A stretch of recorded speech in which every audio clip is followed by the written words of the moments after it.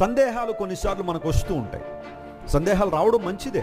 అయితే కొంతమంది దేవుణ్ణే సందేహించినట్టుగా, దేవుని వాక్యాన్నే సందేహించినట్టుగా కొంతమంది కనబడుతుంటారు.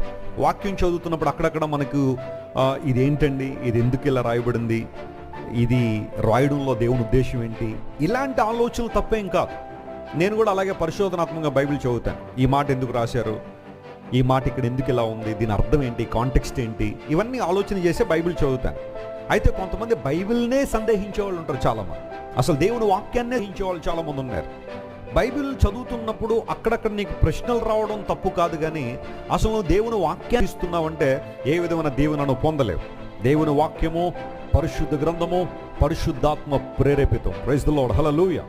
థియోన్యూస్టోస్ అనే పదం పౌలు మహాశయుడు తిమోతికి రాస్తూ వాడాడు. థియో అంటే దేవుడు, నియో అంటే ఊపిరి అని అర్థం. పరిశుద్ధ గ్రంథంలో దేవుని ఊపిరి ఉంది బైబిల్లో.